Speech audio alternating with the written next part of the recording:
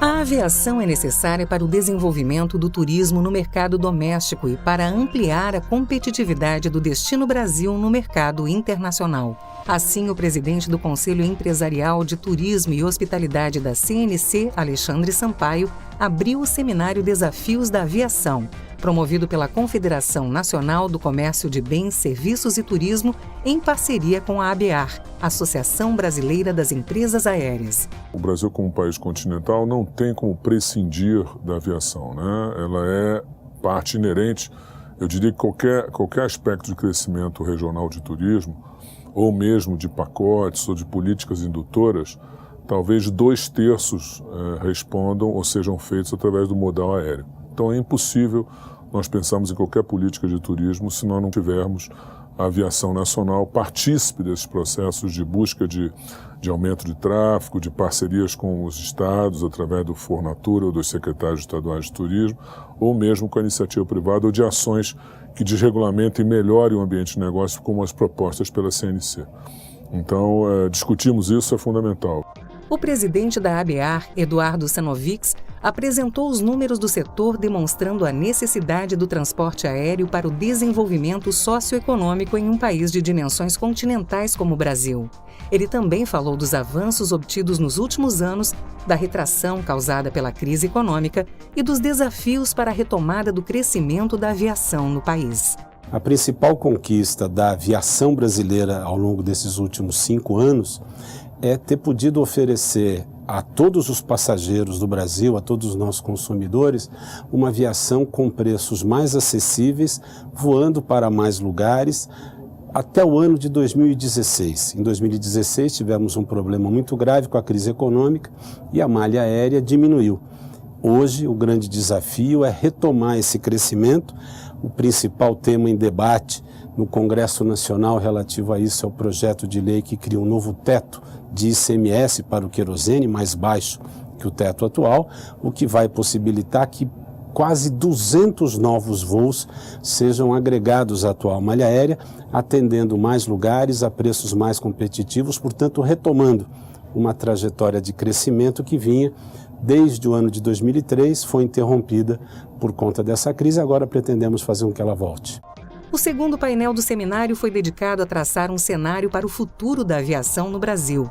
Representantes da iniciativa privada e do governo debateram como as mudanças regulatórias e as privatizações transformaram o transporte aéreo no país, bem como os principais desafios para aumentar a eficiência, reduzir os custos e simplificar processos no segmento.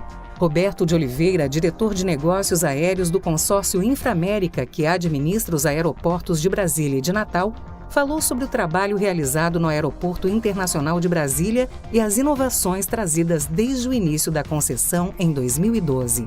Acho que cada vez mais a gente tem que pensar na facilitação, na facilitação para as companhias aéreas, para os passageiros, ou seja, temos que cada vez mais, lógico, sem descuidar da segurança, da regulamentação, mas facilitar o ingresso ao negócio, ou seja, temos que tirar barreiras, cada vez mais tirar barreiras e cada vez mais incentivar o turismo e a aviação, que é um multiplicador do PIB muito forte. O diretor de Políticas Regulatórias da Secretaria Nacional de Aviação do Ministério dos Transportes, Portos e Aviação Civil, Rogério Coimbra, fez um retrospecto dos marcos regulatórios, desde a liberdade tarifária, iniciada na década de 90, passando pela criação da ANAC em 2005 e ainda o processo de concessão de aeroportos. Ele enfatizou que um dos objetivos do Ministério é universalizar o transporte aéreo no Brasil. Do ponto de vista do governo, são os desafios de permitir e alavancar o crescimento do setor. A gente teve um crescimento já bastante grande ao longo da última década, mas a gente ainda tem potencial para crescer muito. Os números indicam que o potencial ainda é muito grande. Então a gente precisa estar adequando o marco regulatório, trazendo a indústria para um patamar de maior competitividade e adequando a infraestrutura aeroportuária para poder estar recebendo esse crescimento de demanda com qualidade, com uma prestação de serviço adequada para o passageiro. Acho que o maior marco nos últimos anos com relação à expansão de infraestrutura foi o início do processo de concessão, de atração da iniciativa privada para investimento nos aeroportos. Ao longo desses últimos 5 anos, onde a gente teve esse processo, a gente teve mais investimento em aeroporto do que nos 16 anos anteriores. Então, de fato, foi um salto não só de capacidade de processar mais passageiros quanto de qualidade de serviço. Todas as pesquisas de satisfação que a gente faz têm indicado um crescimento bastante grande e a avaliação do passageiro hoje já, da experiência dele no aeroporto, que historicamente era bastante negativa, hoje já tem um viés bastante positivo e a gente tem a certeza que está no caminho certo. Fechando o painel, o gerente de campanhas da IATA, Associação Internacional de Transportes Aéreos, Paulo Costa, apresentou as novas tecnologias que estão modificando o cenário do transporte aéreo, revolucionando o dia a dia das empresas e a vida dos viajantes.